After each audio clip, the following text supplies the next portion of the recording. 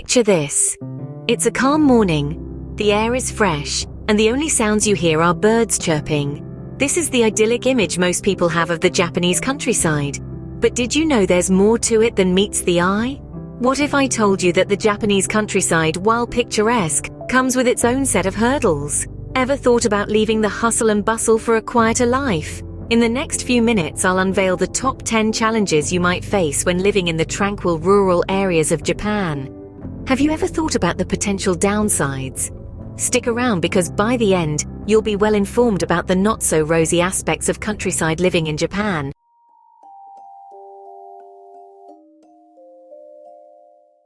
Don't make the move without knowing what awaits you. One of the first challenges you'll face is the language barrier. You might think that your basic Japanese will suffice, but let me tell you a little story. There I was in my new home when a kind elderly neighbor came knocking with a basket of fresh produce. She started chatting away and I could only nod and smile, understanding only half of what she was saying. I thanked her profusely, but the look on her face told me that my Japanese was far from passable. From that day on, I made it a point to improve my language skills. Being conversant in Japanese is not just about fitting in or being polite, it's essential for your day-to-day life. Imagine trying to ask for directions, or understanding the local news and weather forecasts. Trust me, you'll wish you'd paid more attention to your language lessons when you're trying to decipher the bus schedule or when you've got a plumbing problem. So first lesson learned, brush up on your Japanese before moving to the countryside. It might seem daunting, but it's all part of the adventure, right? Now that we've got the language under our belts, let's delve deeper into the intricacies of rural life in Japan. Imagine this. You've just moved in, and suddenly you're the talk of the town. And by town, I mean a tiny rural village where everyone knows everyone. The locals, bless their hearts, are just brimming with curiosity. You're the new foreigner on the block, and their interest is piqued. You might find yourself a recipient of numerous housewarming gifts, from handmade crafts to locally grown produce. But the charm doesn't end there. You might get a knock on the door with an eager neighbor hoping to learn English.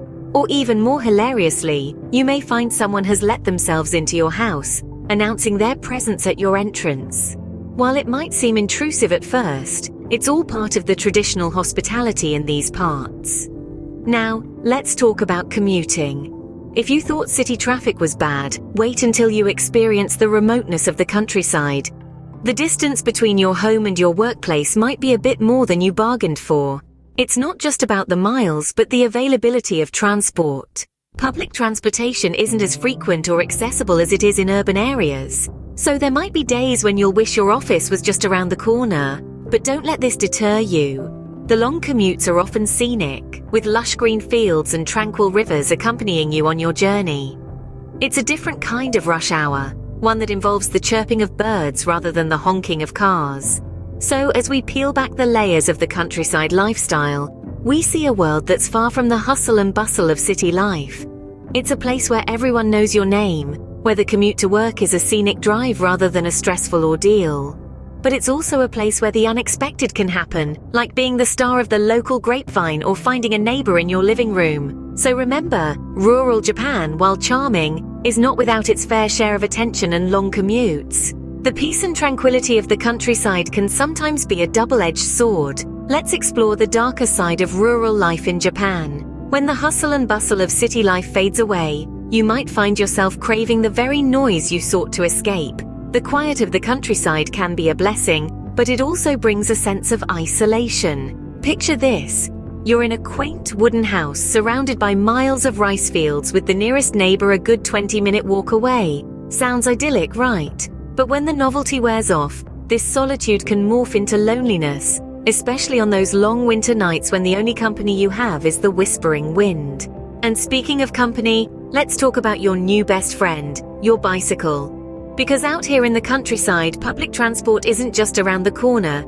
It's a world where the train comes twice a day, and the local bus might as well be a myth. You'll find yourself planning your days around the train schedule, wrestling with your grocery bags on your bike, or hitching a ride with the friendly farmer down the road. It's a different pace of life, one that demands patience and a good pair of walking shoes. You are also going to have to compromise on the lack of facilities. You will find the cities have a lot more variety and availability in terms of products. Furthermore, you quite often have to take quite long trips just to pick up some standard items.